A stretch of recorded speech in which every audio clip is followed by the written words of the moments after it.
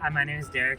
This is my brand new 2022 Mercedes Sprinter. This is my 12th van I've done, second personal one, but I'm gonna take you on a tour of it. So to get started on the outside, we have two garage lights. Now these lights are very handy. You can reach them right inside the door and they turn on and off. They are dimmable. I'm not gonna dim them for the camera because it makes a weird flicker, but if you're camping at night, very nice. You can dim those so it's not as bright as your campsite. Also have a walkable roof deck. The ladder on the other side I'll show you in a second. That allows you to climb up top.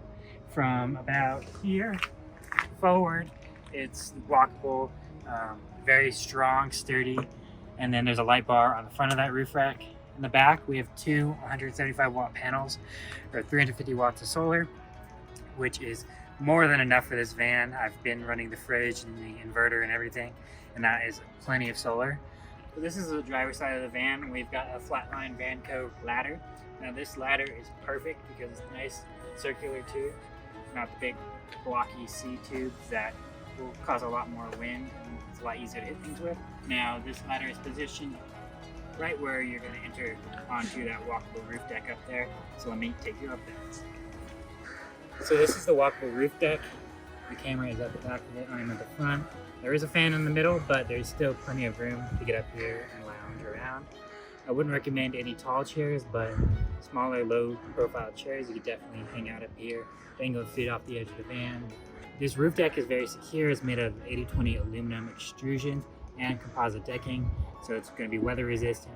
Also helps provide thermal insulation for the van. Gives a little bit of a gap between the deck and the van itself so that air can flow through and not heat up that metal on top of the van directly. So back here, these are the two 175 watt panels. I love these panels because they can mount perfectly rail to rail along with everything else on here. So there's a total of 3 holes on the roof, one for the fan, one for the solar wires, and one for the light bar wires. So minimizing the amount of holes in this roof definitely helps protect against long-term weather usage. Starting up front, we installed 2 swivel seats with a diesel heater underneath the seat. That diesel heater is tied into the main tank. So when you fill up that main tank, you never have to worry about filling up the diesel tank for the heater as well. It also sits above the bottom of the tank, so the heater will die before you run out of gas from the engine, so you're not going to have to run yourself dry. But there's 2 swivel seats that let you sit in a little diner with this little bench underneath on a lagoon table mount. This bench on the right side is a separate toilet, and on the left is a bench that you can store stuff in. So let me talk about this toilet real quick, and while we're there, let's talk about these latches. So these latches are RV marine latches. They lock in, you're not getting this door open. You press that in, let it out, now it's unlocked. Now it's a regular handle you can grab. There's also a little latch on the inside of this that holds this other door shut. Now for this toilet, you simply pick up this cushion and slide to the side. There is a piece of wood under that, so you're not sitting directly on the toilet, but you pop open the lid and you have your separate toilet. Now, what's nice about this one, it's sort of like the composting toilet where it has urine in the front, number 2 in the back, but instead of wasting room with composting and having to churn it, and you're not even going to compost in the amount of time you have it in the van. So what Separate did is they made a bagging system for the solids. Now that bag is compostable, and when you're done, you just throw it away like a baby diaper. But then in the front, you have a liquids jug that has nice caps and makes it really easy. And there's a little indicator light to let you know that you're about to overflow, which is very important because you do not want to overflow these. And simply putting the lid back on. Nice and simple, and it's locked. The storage under this side is a nice big open storage. Again, has this latch system so that when you shut this door, everything locks nice and solid. So being down here, what you may have noticed is there's under cabinet lighting. The under cabinet lighting is tied to the main lights. So when you turn the main lights on and off, those under cabinet lights automatically turn on and off, which is a nice feature. You can also dim these cabin lights just like the outside lights. And there's lights under here that also dim. Now, all these lights, they do flicker on camera, so I'm not going to show it, but they are the dimmable. So starting in this first section, we have a propane burning stove. So there is a standard propane tank inside this. It's a sealed box that vents out the bottom. And there's plenty of room in here to also store this tabletop, which fits perfectly in there. All you have to do to turn this propane stove on, which is sealed all the way around, is you turn on the inverter right here, this nice little switch, and you got a nice propane burning stove. It's right next to the door. You can leave the door cracked or open it all the way to get ventilation, and then turn on this fan. You also have a window on the other side that you can also use to ventilate the van. Talking down here as well, we have a USB-C and A charger and an outlet that is tied to the inverter. Moving on to the next section, it's a sink. The pump switch is right here. Nice little blue light right next to the sink.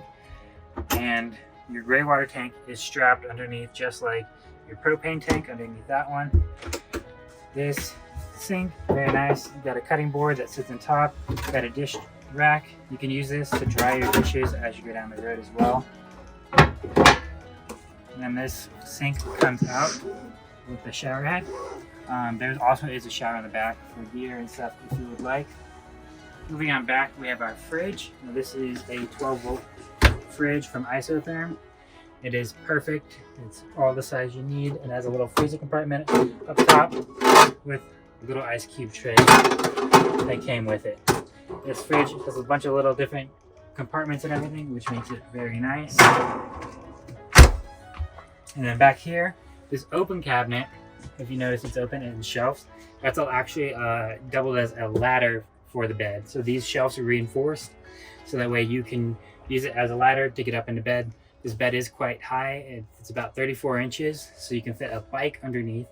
But it being that high, it can get hard to climb into, so that's what these open shelves are for.